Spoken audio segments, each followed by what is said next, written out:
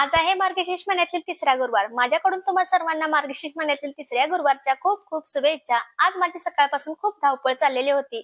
सकाळी उठल्यानंतर स्वयंपाक करून घेतला, त्यानंतर बाहेरचं अंगण आहे ते धुवून घेतलेलं, आधी पुसून घेतली आणि आता म्हटलं चला हळदी लेपन करायचं आपल्याला, कारण मार्गशीर्ष महिन्यातील तिसरा गुरुवार आहे त्यामुळे. तर म्हटलं चला आता हळदी लेपन करून घेऊ. सकाळ सकाळी छान वाटतं हळदी लेपन केल्यानंतर.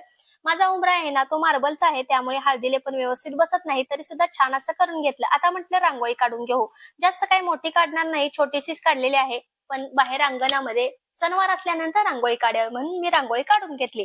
त्यानंतर आत आली आणि देवपूजा करून घेतली. देवपूजा छान मस्त केली आणि आता म्हटलं अभिषेक करायचा आहे, गुरुवार आहे त्यामुळे स्वामींचा दर गुरुवारी अभिषेक करत असते. तर आम्ही दोघांनी ना, म्हणजे आमच्या आहोनी मी अभिषेक करून घेतला. छान पंचामृतने अभिषेक केला. त्यानंतर कोमट असं पाणी करून घेतलं आणि त्याने पण स्वामींचा अभिषेक करून घेतला. स्वामींचा अभिषेक झाला की स्वामींना गंध लावून घेतला. त्यानंतर ही नातर लावलं आणि स्वामींना खडे साखरेचा नैवेद्य दाखवला आणि आम्ही दोघांनी माळ जप केली.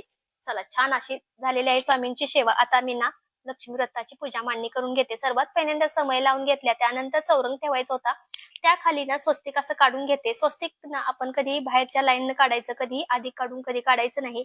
त्यानंतर हळदी कुंकू त्यावरती सोडलं आणि चौरंग ठेवला. चौरंगावरती लाल वस्त्र अंतरलं. आता सर्वात पहिल्यांदा आपल्याला गणपतीची स्थापना करायची आहे, तर मी 2 विडे ठेवलेले आहेत, एक गणपतीसाठी आणि एक लक्ष्मीसाठी.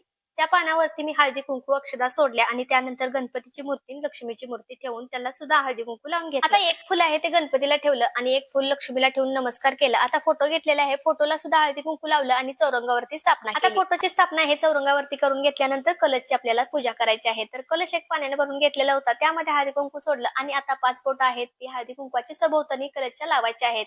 तर मी लावून घेतले. त्यानंतर थोडेसे अक्षदा आणि 1 रुपया नाणं, सुपारी, त्यानंतर एक फुल टाकून नमस्कार. आपण मार्केटमधून 5 झाडांचे डाळे आणलेले होते ते सुद्धा ठेवले. त्यानंतर म्हटलं चला आता नारळाला मुखवटा बांधून घेऊ. छान असा मुखवटा बांधल्यानंतर तो नारळ सुद्धा कलशवरती ठेवला आणि गजरा होता आणलेला लक्ष्मीला तो घालून घेतला. आता साडी आहे ती घालून घेते. तर बघा मस्त सुंदर अशी ना लक्ष्मी आपली तयार झालेली आहे, तुम्हाला दाखवते. तर ही बघा लक्ष्मी आपली तयार झालेली आहे, खूप सुंदर अशी झाली. त्यानंतर म्हटलं चला साळ मांडून घेऊ तांदळाची, त्यावरती हळदी कुंकू सोडलं. आता म्हटलं कलश ठेवायचा, कलश आहे तर चौरंगावरती ठेवला, पण आपण आता जी पोती वाचतो ना त्याची सुद्धा पूजा करून घ्यायची आहे. त्याला सुद्धा मी आता हळदी कुंकू लावून घेणार आहे.